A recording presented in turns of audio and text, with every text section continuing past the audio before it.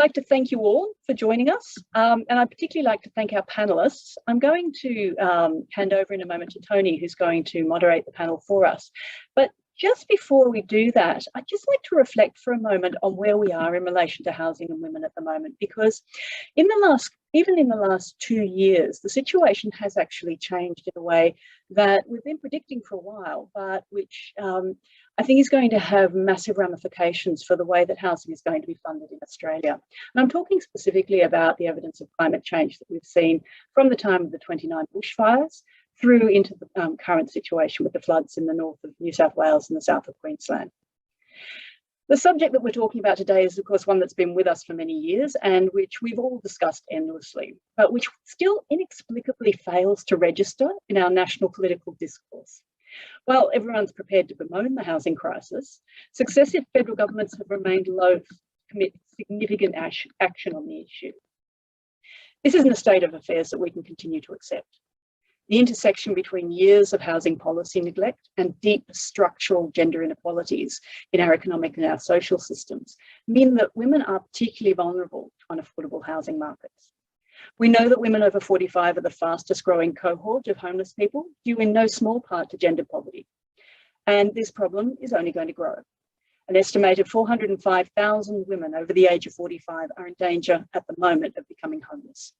And this will spiral on into the future because of the climate change factor that I was mentioning earlier. According to HESTA, during the first COVID outbreak, a high proportion of younger women effectively drained their superannuation accounts, which is going to have a knock-on effect to their retirement incomes and to their ability to maintain housing. Women were decreasing their balances during the early part of that COVID crisis by between 60 to 78%. In that environment, the need for federal leadership and focus on affordable housing is going to be critical. And it's our hope in holding this panel that we will contribute to making housing a major feature in both the upcoming federal budget and the subsequent federal election. Our panel today is designed to give us some real world context for those statistics. In an environment where we know that we've lost several thousand houses at least in the floods, and where we have already lost houses through the bushfires in 2019 and 2020, we need to know a little bit more about what the actual human effects of housing crisis are. Our discussion today is going to be led by my colleague, Tony Hassan, who's the project coordinator at the Equality Rights Alliance. Tony has an extensive background in journalism as a public broadcaster, a writer, and as a communications expert. She's also worked in community engagement and development. Most recently, she's been engaging intensively with ERA members and with other social housing experts and social housing providers as well to prepare ERA's response to the Productivity Commission's review of the National Housing and Homelessness Agreement. And I know many of the people who are listening in today will have also been working on those responses. Tony's going to lead our panellists in today's discussion. Over to you, Tony. Thank you so much, Helen. It certainly is inexplicable, and we're hoping to unpack the why as well as the what today. Putting women in housing in the frame for us are two women at very different life stages. Molly George is a board director with YWCA Australia with special interest in housing policy for young women. YWCA Australia is, of course, the one of many women's housing providers, but the only national women's housing provider. Molly's based in Melbourne and is a graduate of the Centre for Social Impact at Swinburne University. Welcome, Molly.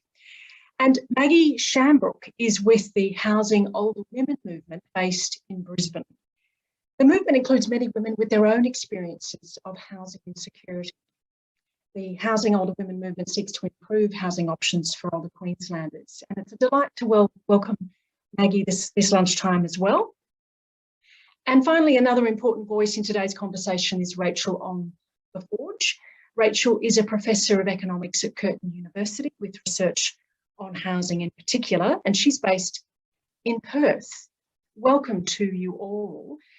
Maggie, can I start with you though? Of course, first the urgent flood situation across so much of Eastern Australia. What do you understand to be the immediate impacts of these floods on housing displacement, in particular homelessness in your region of wider Brisbane?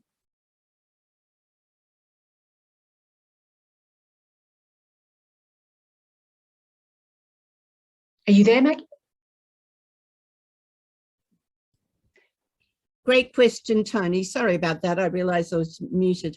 I'm not really well equipped to answer that question in detail. I'm not currently involved in any particular service response or whatever. I'm only exposed to it in terms of the news and in terms of some of the social media comments. Clearly, though, as you indicated, if you're in a vulnerable situation, and women living in, you know, garages and even garden sheds, to be frank, I know a situation such as that. And, you know, in flooding, of course, their outhouses and those sorts of amenities are very, or properties are very vulnerable to flooding. So I would imagine that it's having a high impact, but I don't have any data and I can't give you a lot of detail. I'm sorry. Sure. No, we can unpack this later in relation to local councils, their role and flooding prone areas. But we know that it's going to impact low-income Australians more than those who can buffer themselves with wealth. So tell us a little bit about what your picture is of housing precariousness in your part of the world, especially for older women. Yes. In the broader landscape, we've got things like the NRAS, National Rental Affordability Scheme, ending.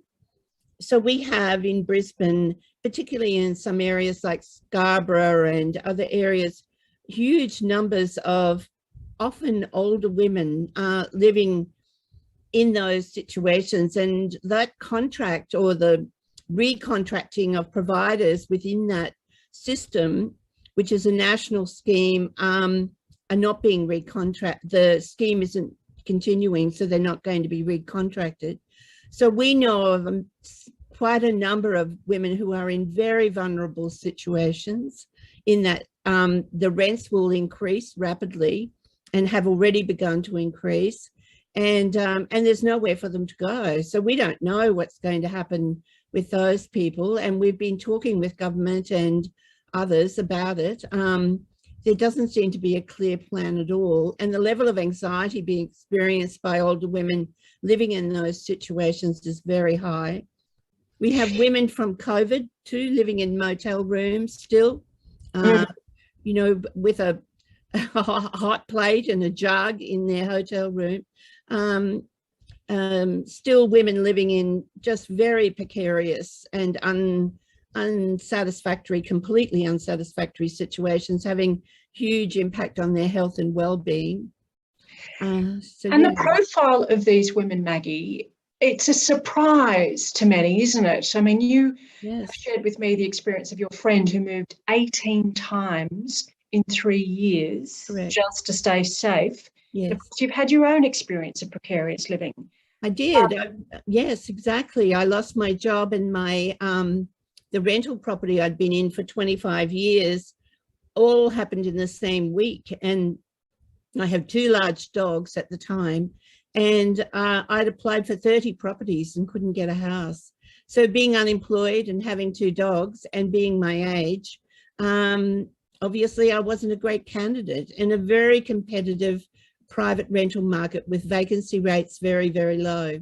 So that means I'm not, you know, high on the preferred renter list. And so I was really fortunate that I had a colleague who had, his organisation had a property with an area underneath the house.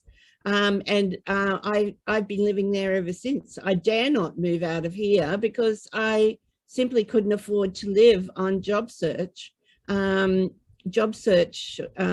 I think it's called Job Keeper, or no, is it Job Keeper? I don't even know. Job Seeker these days. Seeker the word, yes, the Seeker word. Yes, so Job Seeker is simply totally inadequate to live in private rental. Well, you highlight that you, as a postgraduate employee with many life experiences behind you, and your friend who was in that situation over 3 years, these are people who you wouldn't expect to be in these situations, who have these shocks perhaps later in life, but have lived on modest incomes or have been carers with supporters or partners helping enjoy, I guess, a middle-age income a lot of their adult lives, finding themselves really in the most unexpected places. Exactly. Yes, that's well put. I mean, really, we're dealing with a legacy of over, the last decades where women were the primary carers, and actually we still remain the primary carers, both in terms of our families, but also our communities, and also in the area of human services. I mean, I worked in human services with postgraduate qualifications, as have, many of us who find ourselves in this situation, some have got PhDs. We've lived good lives as citizens, we've worked. The kind of flow and effect of policies that have happened over the last 30 or 40, 50 years have now really washed us all up on the same shore, I'm afraid. I don't think we predicted that it would be in any way as difficult as it now is. I think many of us anticipated that we would be eligible for some kind of social housing or community housing if we reached a certain point, but of course it's just not there in the numbers that it needs to be. Yes, well, you point to a missing middle, Maggie, in terms of housing options in between private ownership and multi-level public housing or social housing. Yes, tenants may have struggled to get into the private market. Can you elaborate on that? Yes, it's a term known both in terms of women ourselves being a middle group of women that we're quite invisible, really, to be honest, because we have, while we acknowledge our sisters who are even more vulnerable than us in sleeping under bridges or being in, really desperate situations, there are many of us who are just invisible. We remain invisible, and the 18 times move was really a journey of keeping ourselves invisible. And so that invisibility is what they term the missing middle. We become not visible. But in terms of properties, they're I guess the kind of living options that are available to many people, many women around the world. And can I say, this is an international problem as well. It's been occurring in developed countries now for a number of years where older women are displaced. It's really at the core of it is gender inequity, particularly around caring. So when we're in and out of the workforce and so on, we just haven't been able to accumulate the wealth. And if we divorced and became single women, that increased our level of vulnerability quite significantly. We couldn't get loan products and so on either. So the type of dwellings that would suit us and our income, and some of us are interested in living in more, communal kinds of settings where we have less private property that's ours and more sharing of shared amenities and sharing of spaces. Not that we want to live in the same house, but we want a combination of private and community engagement. So I hear you. So a dearth of options, but so the systemic and compounding factors that have led to the surprising numbers of single older women in your situation or in your friend's situation. Yes. And let's raise, of course, the intersectionality that often people identifying as Aboriginal or Torres Strait Islander, people living with a disability, it's even worse. Yes, you add more and more layers on of vulnerability. Indeed. Thank you. We might move to Molly George at this point, if I can bring you in here, Molly. With YWCA Australia, of course, the Y Australia provides housing support and emergency housing to women and their families all over Australia, but has a focus on young women. So, Molly, representing the Y, can you tell us what it is seeing and hearing among clients about this challenge of housing and homelessness? Yeah, no worries. Thanks, Tony. So what we see is generally an increased sense amongst everyone that we're not actually fully entitled to home ownership, especially when it comes to young people. And that the idea of owning your own home is out of reach for most young people, particularly young women. So, I mean, I guess if you think about, parents' generation 30, 40 years ago, it was really, really common for people of all incomes and ages to have their own homes in their 20s. But obviously today, that's a really, really different story. I think a majority of young people in their 20s, an increasing number in their 30s, aren't buying houses simply because it's just not an option. So what we're expected to do is to commit to mortgages that outweigh any incomes. And I'm from Melbourne, where I've grown up, and houses right now can cost up to 10 times the average income, which used to be about 2 to 3 times that. So we sort of balance having to rely, either if you have those networks, on the support from your parents, whether it's a gift to be able to move into a home that you own, or into a rent in a private market. And as we've just discussed, obviously the private market is one that is a really dubious market right now. Yeah, well, you identified 2 issues. There's the precariousness of those on low income, and that's where the Y comes in providing homelessness services. So can we just focus on that and then get to housing affordability more generally for your cohort who are waged, who are university graduates, who might rely on the bank of mum and dad? Just how big is the demand for homelessness services as experienced by Y at the moment? Can you place the people who come knocking? Yeah, absolutely. So right now, young people are making up about 21% of the homelessness population. So if we look at the report from the Australia Institute over 2020 and 2021, Institute of Health and Welfare showed about 42.6% of people accessing homelessness services were under the age of 25. So they're often forced out of their homes, unable to secure a home, which is to no fault of their own. And often it's about being unable to get a job that will allow them to afford a suitable place. Well, it's also brokenness at home, isn't it? It's often to do with the prospect of violence at home, or situations that lead them to have to find alternatives fast.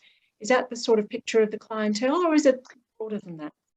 Yeah, absolutely. So I think that because our main demographic focuses on young women and women generally, we know that the number one reason that women and children leave their homes in Australia is ones that due to domestic violence and family violence. So what we've heard from our members and our clients, and we've seen reflected in a lot of research, is that for lots of young women, particularly around COVID and lockdowns, that's been made worse. So I think that, yeah.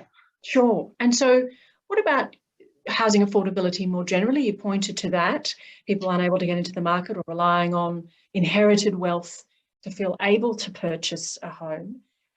Have you given up personally, Molly, on the idea of owning your own home? Are you resigned to renting all your life? That's a really tricky question, I think. I'd say yes and no. I mean, I think that I'm in a fortunate position of which I do have that fallback. That being said, I'm what you'd consider somebody to be on a fairly moderate income, and my moderate income still isn't going to be able to secure me enough income to be able to afford a home for at least the next few years. And so what that ends up looking like for me is purchasing with a partner.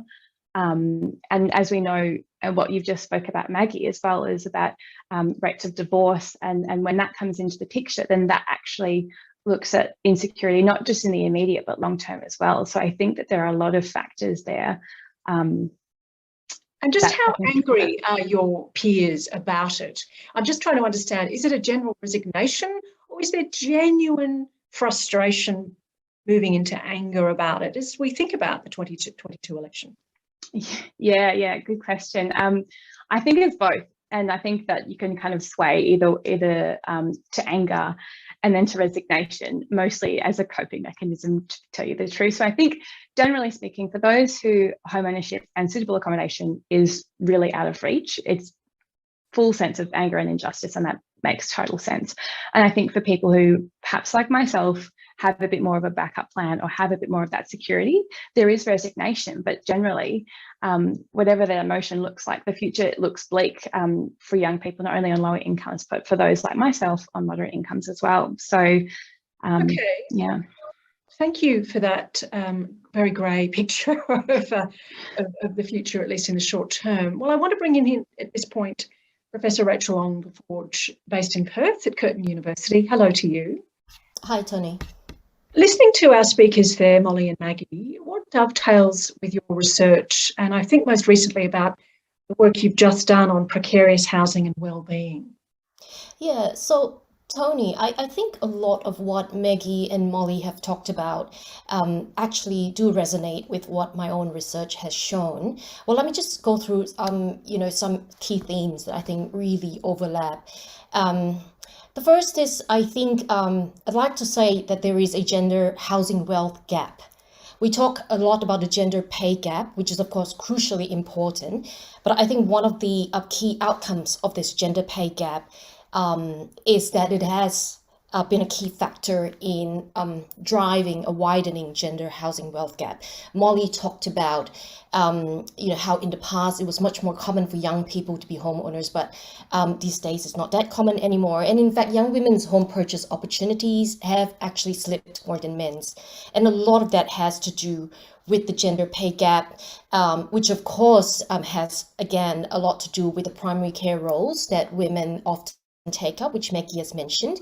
And this applies not just to low-income women or even moderate income women, but often you'll find highly educated women in well-paying jobs whose pay would actually slip behind their male counterparts because of the career breaks that they've had to take.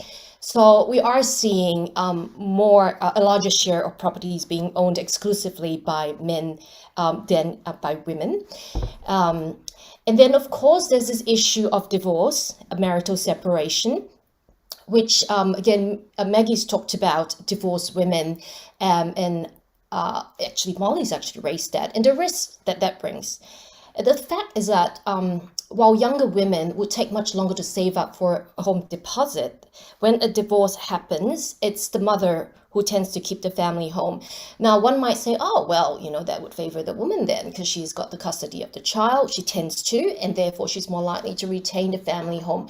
But I think it really needs to be highlighted that there's actually a lot of risks attached to the situation that a lot of divorced women with children find themselves in, especially if they've had to rely quite a lot on their husband's income to meet mortgage repayments. Because what my research is finding is that a lot of these women find themselves in precarious housing positions because they find that they have insufficient income to carry on sustaining that mortgage repayment.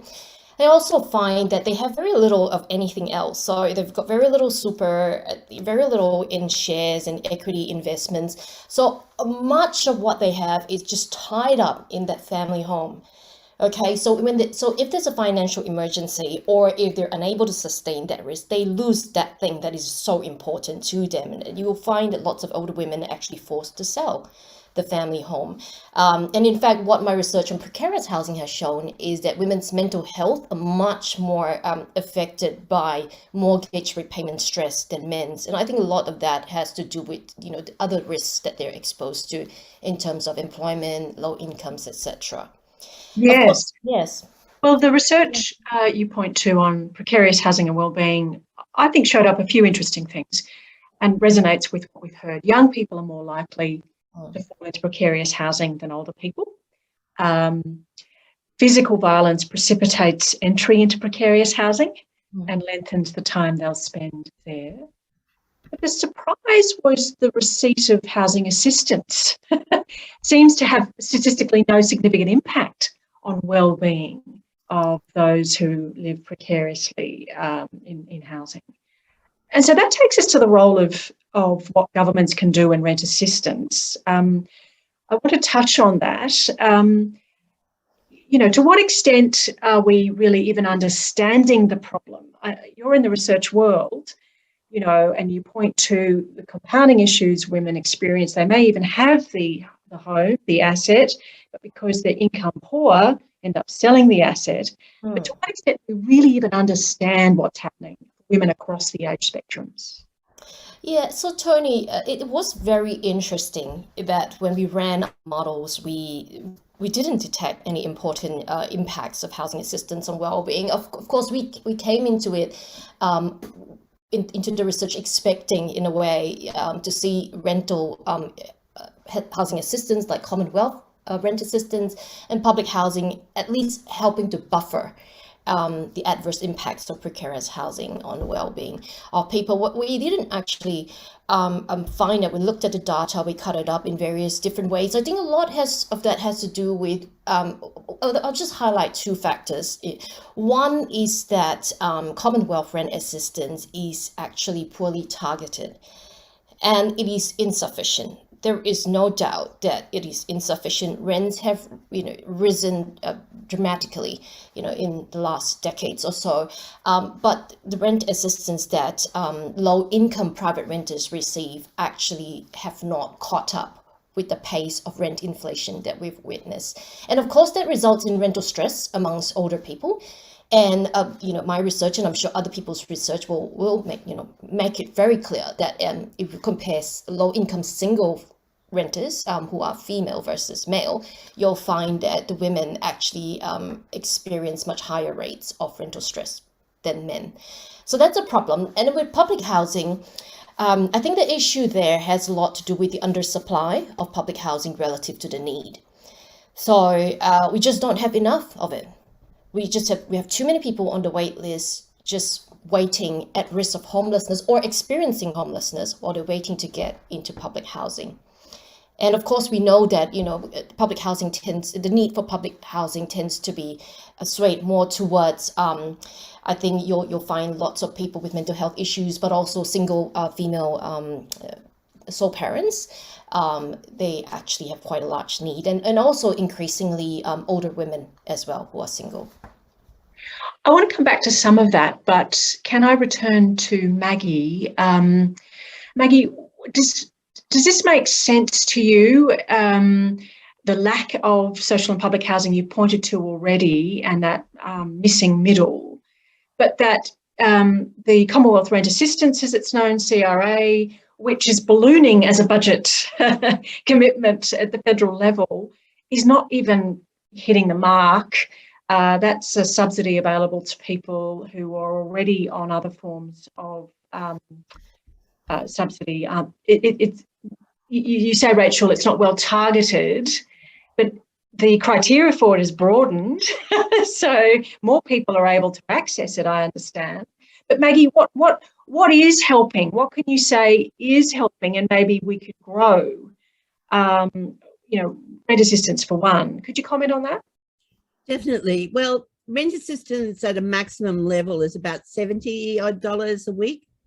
Now, if you're paying over, well, they say rental stress begins at about 30% of your income. So if you're paying more than 30%, and some of the women we know are paying 80% of their income in rent just to stay off the street and to stay with shelter over their heads. I mean, really, and you're getting $70 a week towards that level of rental expense, then it really makes not a lot of difference, really. If your income levels are so low that you're needing every dollar just to keep the roof over your head, let alone, eating and paying for the bills. People I know don't even have electricity on. They just don't have any other expense other than the protection of walls and a ceiling, Yes. That is crazy. It is just, in a country as wealthy as this, it's just incredible, really, when you think about it.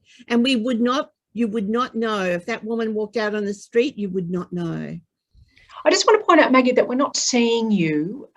Maybe you your video. Okay. That's all right. It'd be great to see your yes, there we go. Oh, good. Excellent. Oh, good. Sorry, just the invisibility of women. And can I say, I confirm your research, Rachel, around like a lot of the women, including the woman who moved 18 times, Linda, she owned 5 houses, or was buying 5 houses across her lifetime, 2 of which she owned outright. But of course, she never had enough income to maintain a mortgage. And in fact, it was very difficult to even get a mortgage when you're on a lower income and it's a single household income level that you're applying with, you know. But well, that takes us back to Rachel in terms of your research some years back in relation to the ping pong that's going on, that people are buying into the market but then having to opt out and then struggle to get back in. This is an emerging trend, isn't it, Rachel? Yes, that's right, Tony. And I think what we're finding, of course, a lot of the research that has been done, and rightfully so, in the past decades, have been around the difficulty that people face in getting into home ownership. But what we are finding in the last 10 to 20 years is growing numbers of people falling out. And of course, if people can, they do want to try to get back in again. But every time that cycle happens, it just gets harder and harder and harder. And I guess from the perspective of women, because like I said, they tend to have very little of anything else. And they tend to also be unable to get a mortgage loan or increase the amount of mortgage debt to stay in the home. They tend to have to be more likely to sell up when they encounter some adverse events. And then what happens is they release very little equity because whatever is released, they have to use it towards immediate needs. And so they can find it much more difficult to get back in. But even amongst those who get back in, every time you go back in, you have to take on a higher loan to value ratio just to get that foothold back into the homeownership sector, which can make homeownership quite risky, especially for low-income women. Yeah. Can you help us understand why things are so out of kilter? Because, the pandemic has slowed migration. We know it put a brake on that. So population rates have been fairly stagnant. That surely would have a positive impact on housing in terms of the numbers of dwellings available to perhaps the young wishing to enter the market.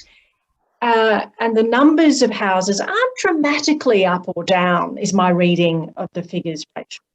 So what is going on? I have a sense of it, but I'd like you to explain, you to square up the realities for people versus what's happening in the market. What's at the heart of this? Look, I think there are a number of reasons. I'll mention two. One has to do not just with the amount of housing that we supply, but where we are supplying and to whom we are supplying the housing to.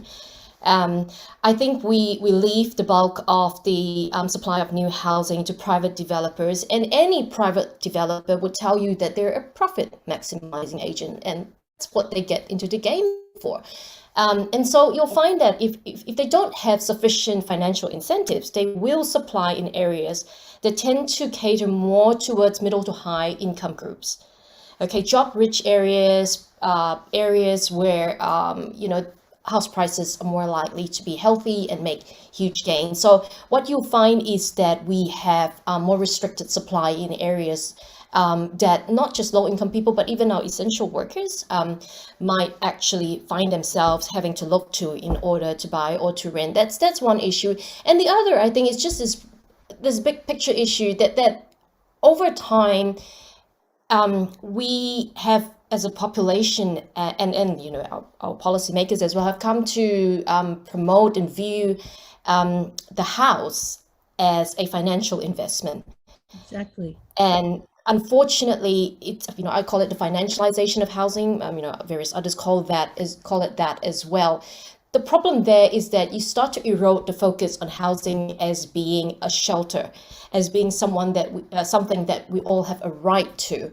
As being something that's important for our emotional well-being and mental well-being. We start looking at it as a money-making machine, basically. Which takes us to the elephant in the room, which is about generous tax breaks that make housing an investment right rather than a human right.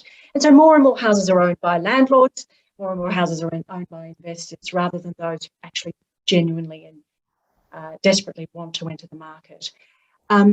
We'll get to the elephant in the room and solutions in a moment. I just want to quickly go back to Molly. Molly, you told of the story when we were researching this ahead of today's webinar of the experience of someone with the Y in Bendigo. And, you know, it's regional areas as well that are experiencing ridiculous rents, not just our major cities. Can you tell us of Gretel and her experience, and then we'll look to what the solutions could be?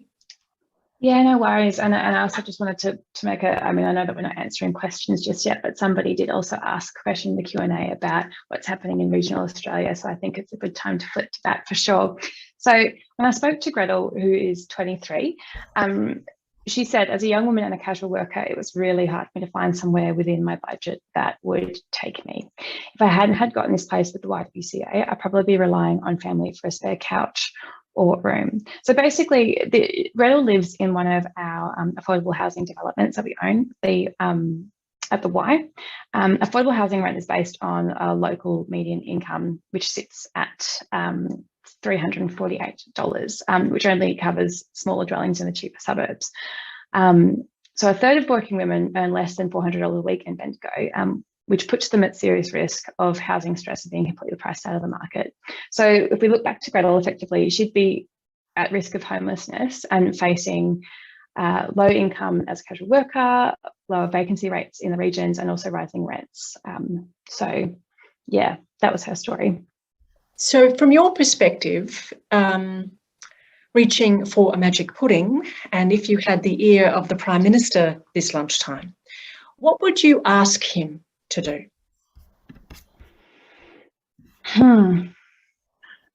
Basically, I'd ask him to create stable and secure housing and recognise it as a core human right and basic need. The solutions really, really need to be focused on restoring hopes of young people that can afford, that they can actually afford rent and a house. And it comes to making houses cheaper, rents lower, and increasing young people's wages broadly. Well, look, there's no quick fix. It is complex. Maggie, before I open it up to Rachel, the same question to you.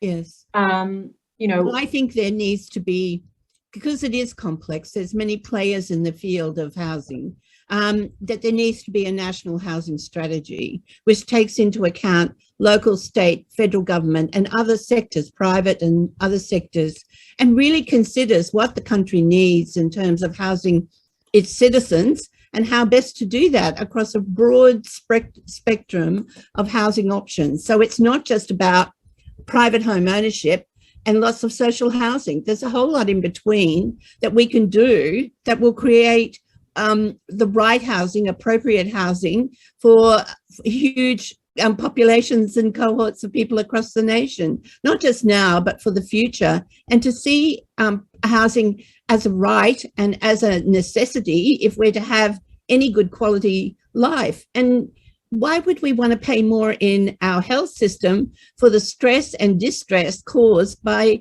homelessness? It's a terrible trauma, and it actually costs more in the long run. And countries that have made the decision to house their people find that productivity rises, their collective wealth rises, they're a better place to live, and it actually costs less to house people than it does to keep people homeless. So, or in, yes, insecure situations. Well, I'm sensing the temperature among others who are tuning in. Yes, there is palpable frustration because it is a conversation we've been having for some time. Exactly. We hear you, but we just are elevating story this morning as well as wanting to get to perhaps repeated solutions, but off the back of unprecedented floods, the confluence of El Niño and climate change resulting in climate events that have brought this issue to the forefront, you know, cutting across so many other policy areas and hopefully generating the catalyst for a genuine conversation about, as you suggest, Maggie, that national strategy. So in researching this area on behalf of Equality Rights Alliance and our dozens of members, significant organisations with established histories, we came up with a pathway or way forward that looked like, one, a national strategy. We don't have one. under the National Housing and Homelessness Agreement, states are responsible for housing strategies. You know, in their bilateral agreements with the Commonwealth, they get so much money but have to say we have a strategy in place and we'll deliver X dwellings and so on. But the Commonwealth is under no obligation to have a national housing strategy that pulls together all of those other policy areas, including climate and tax. So that's what we call for first and foremost.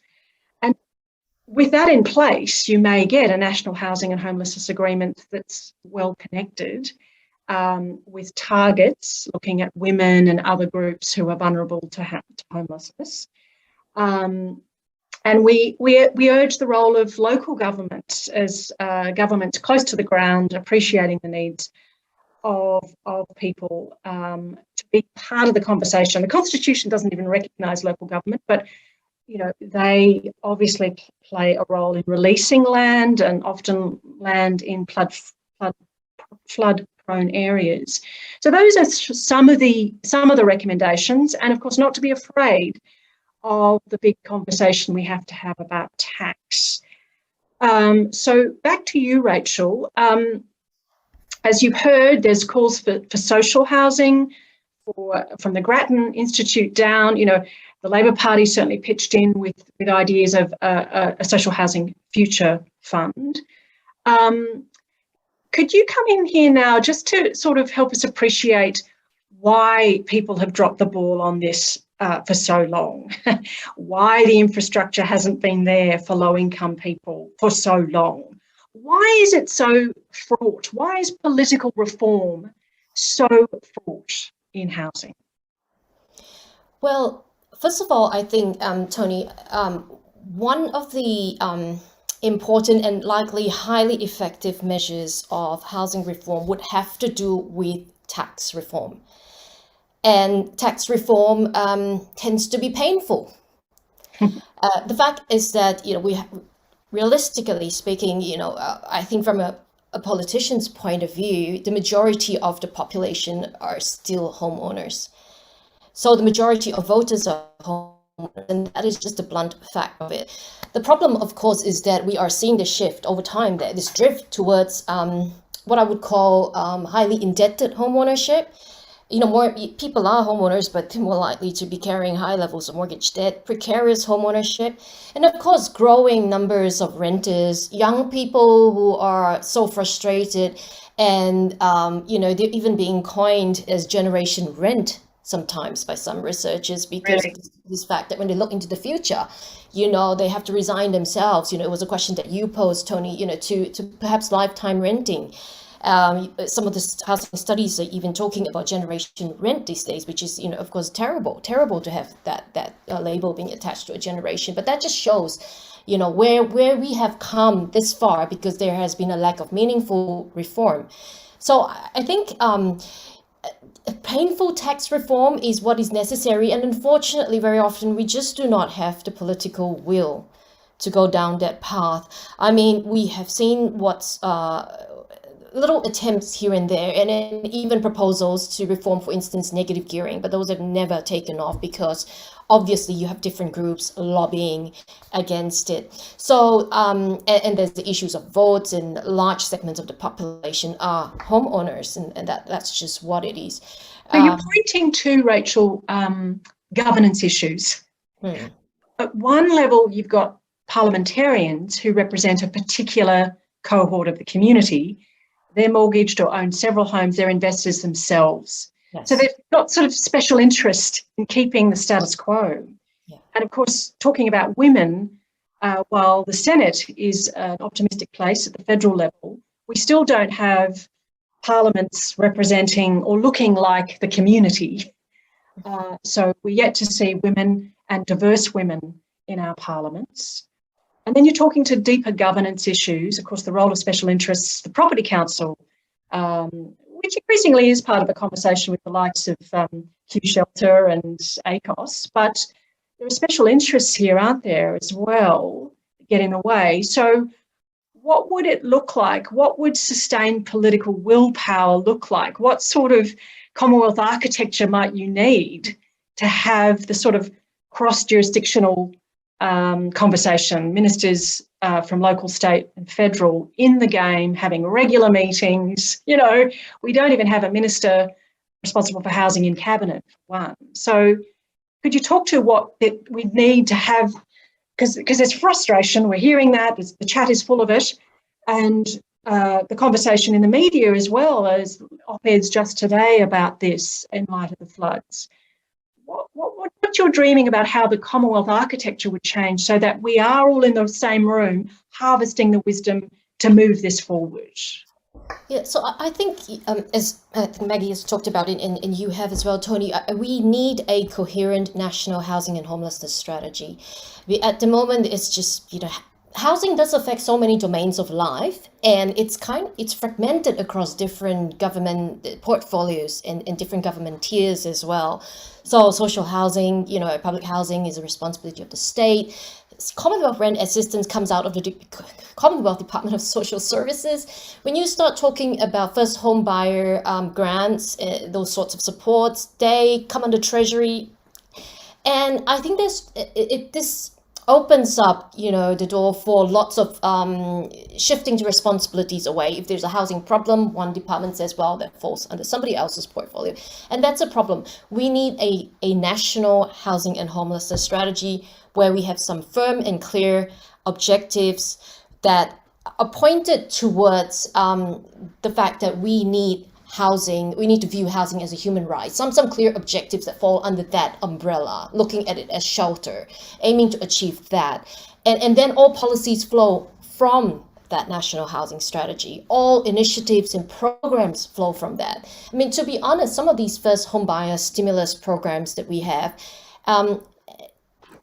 global financial crisis, COVID, they've used boosts to the first homeowner grants. And of course, some people have been helped into it for sure, but it's been kind of used as a fiscal stimulus tool to get the economy back going, rather than those sorts of programs actually having firm housing objectives. Because there's lots of issues there, because you push up house prices with these sorts of grants, especially if they're poorly targeted. So again, a national strategy where the objective is housing, safe and secure housing. Yes, and beyond the 3-4 year political terms that see these short-term fixes Sure. that appeal to particular constituents.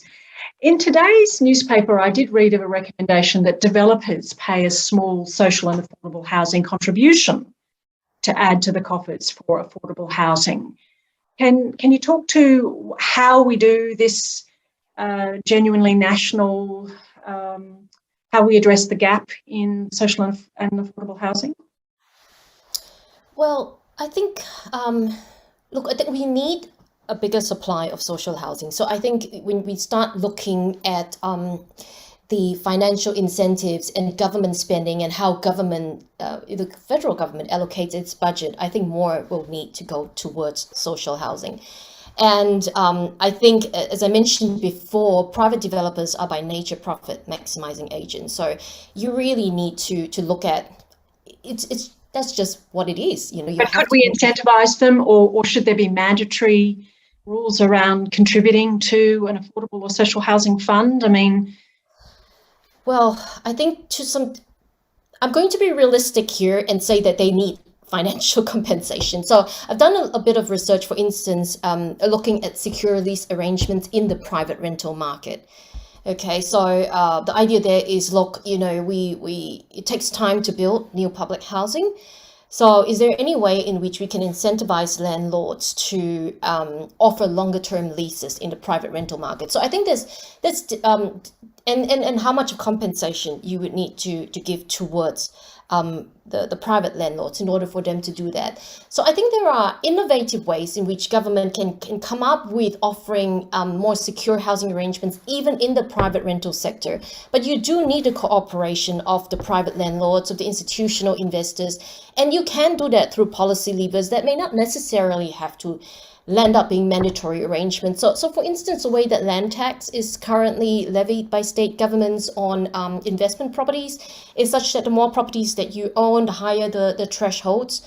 Those can be reformed in order to actually incentivize greater provision of rental housing by landlords, for instance. Okay. Well, finally, I might just return to Maggie, picking up some of these ideas around the solutions and tax reform, the big elephant in the room. But Maggie, this question of, I guess, the role of the states with the Commonwealth and local government. You've had a win in Queensland with the state prepared to throw more into affordable and social housing. Do you think the Commonwealth should match what Queensland has coughed up? Perhaps that's where a future national housing and homelessness agreement could become more robust, where there's two-way accountability. You know, often it's, oh, the Commonwealth's not doing enough, but then we have to admit that states have been irresponsible in leading public housing for a long time. Melbourne or Victoria has stepped up recently in that space, as has New South Wales. But maybe the Commonwealth should be asked to match increases for social and public housing. Might that be the way forward? And also this question of local councils and their role. How much anger is there in your city of Brisbane about releasing land in flood-prone areas, and the role of local government going forward in a national conversation?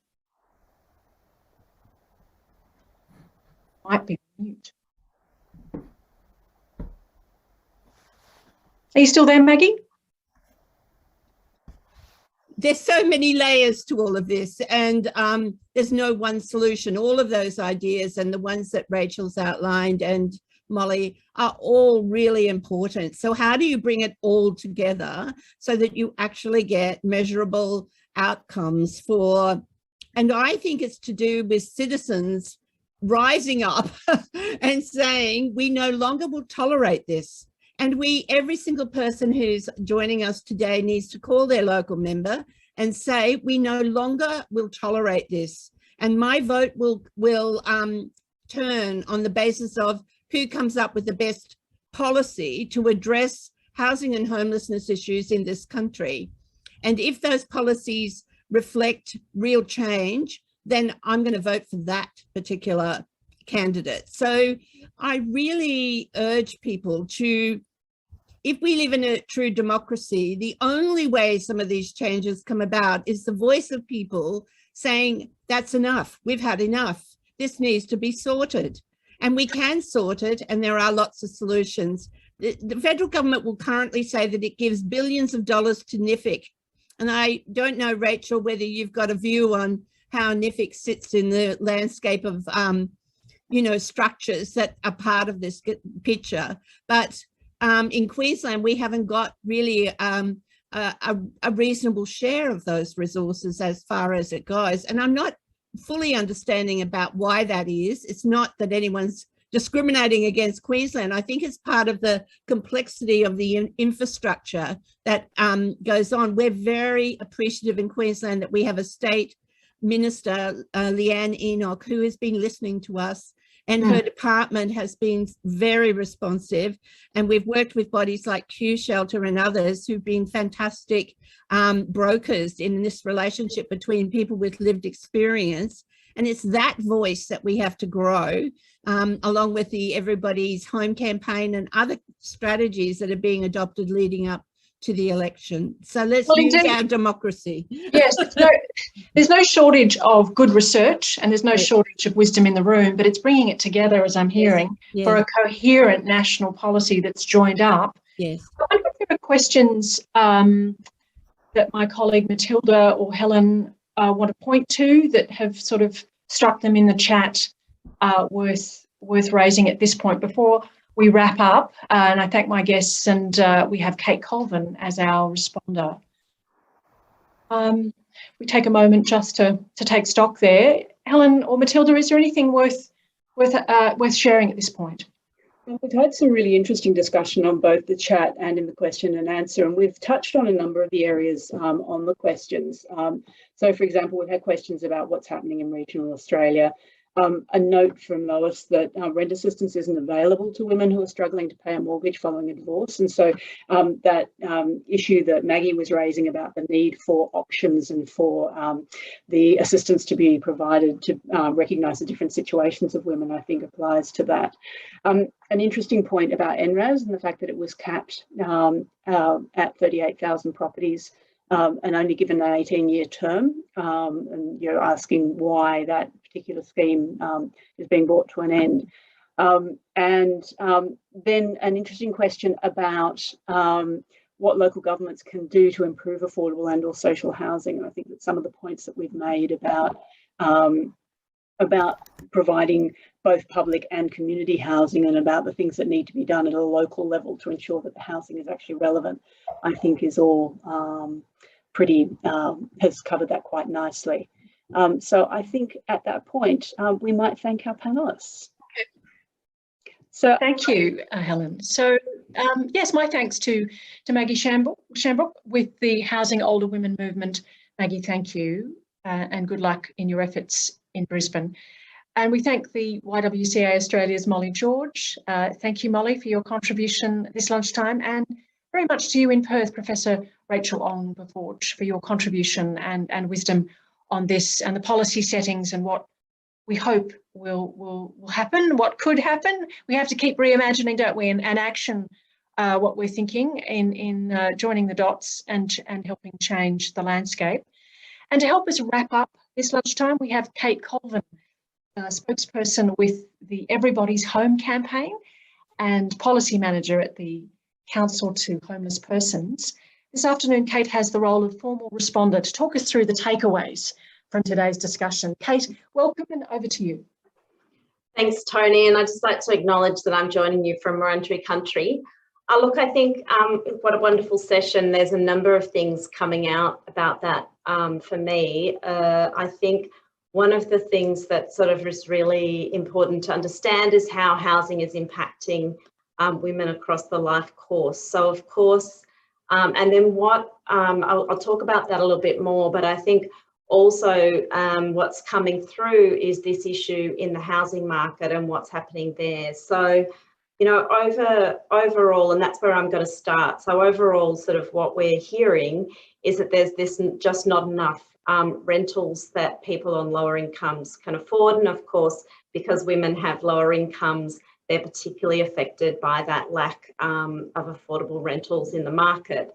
And similarly, because house prices have increased so much faster than wages, then of course it's also really hard for anyone who's on a lower income. And again, that's mostly women are overrepresented in that group, very hard to get into home ownership. So what are the policy solutions that are needed? And I think one of the things that I could, and you know, particularly Rachel's talking about, is the need for more social and affordable housing. And I think what I'd like to say is that the reason that that's such an important solution is not just because each home that's provided as either a public or a community housing property goes to someone who's on a low income.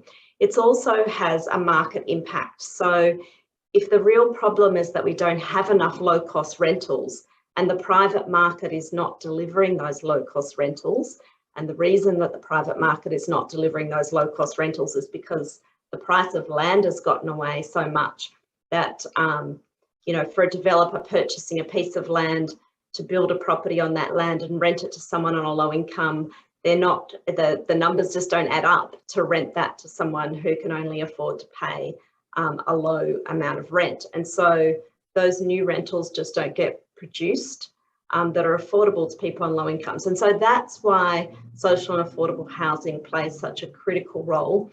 It's addressing a market failure, and it's therefore, if we provide a lot more social and affordable housing, not only does it house the people who are housed in that housing, it also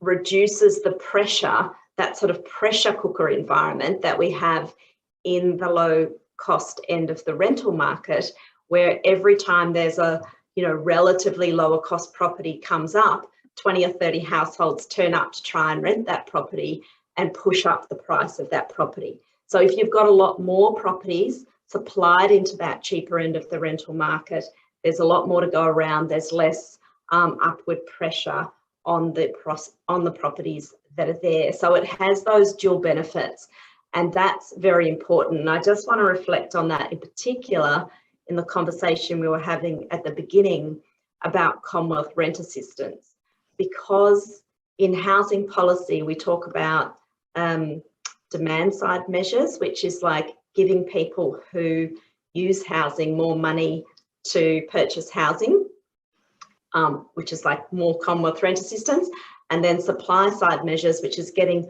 more low cost rental properties into the market.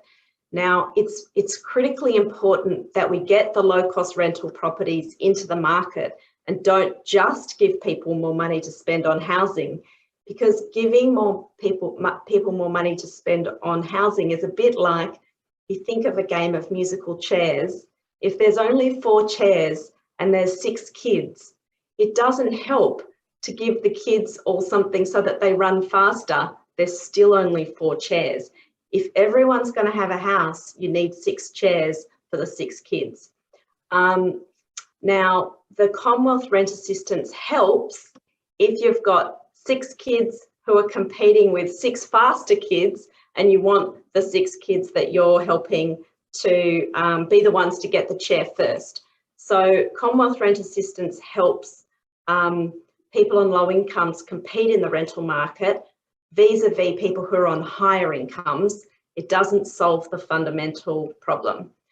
So I guess that's probably where I'll leave my comments, except to say, actually, I will just add one thing. So we also talked a little bit about the politics of housing, and I just want to send people a message that actually things are not so bleak as what I think everyone thinks. It's not popular to invest in social and affordable housing. Well, the Everybody's Home campaign has just released some polling that we did in 4 marginal seats today, which show that 75% of marginal seat voters, and this is across all incomes, think that it's hard or very hard for people on low and middle incomes to buy or rent a home.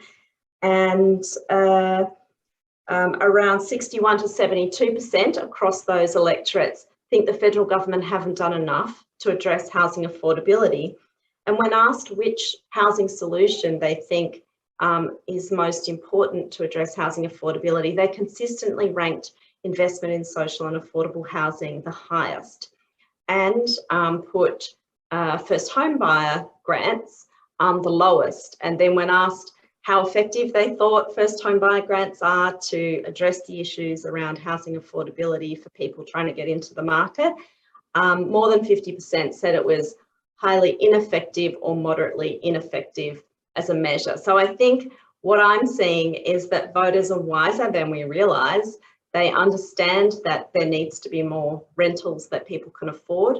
If people on low and middle incomes in their community are going to be able to find a place to rent, and they're sick of seeing government just put money into ineffective solutions. And so I think I really loved what Maggie said about people getting out there and talking to their local member and encouraging them. You can draw their attention to the polling that we just did. I'm sure they'll find that very interesting. And lastly, I think, I couldn't finish without saying, join with us, because the Everybody's Home campaign was created for these very reasons, that government policy continues on. It doesn't listen to the voices of people in the community. So the main reason that we created the campaign was to have a voice for people in the community to be able to raise these issues with government, and to really put the hard word on the federal government in particular to pay attention to the needs of low-income renters, invest in social housing. So thank you. That's a good way forward. Look, good to end on a positive note regarding that research, that there is wisdom and there may be a shift across the Australian voting community. So that's very encouraging. And I will not play musical chairs the same way. That was a great explanation. The next time I have a kids' party and musical chairs, I will certainly be thinking housing. Thank you, Kate Colvin, with your terrific campaign, Everybody's Home. And Back to you, Helen, on behalf of all of us. Thanks very much, Tony, and that was a fantastic discussion and a fabulous wrap up from Kate there. I agree with Tony. I think that it's very difficult when we've all been working on this area for so long and when people have been personally experiencing the sort of stresses we've been talking about today. Maintaining the energy is so difficult, but we are at a point where there is this critical moment in time where something might change. The problem has got so big that it's actually impossible to ignore now. We are at a point where we have a federal budget coming at the end of this month. And then on top of that, we have an election coming up in May.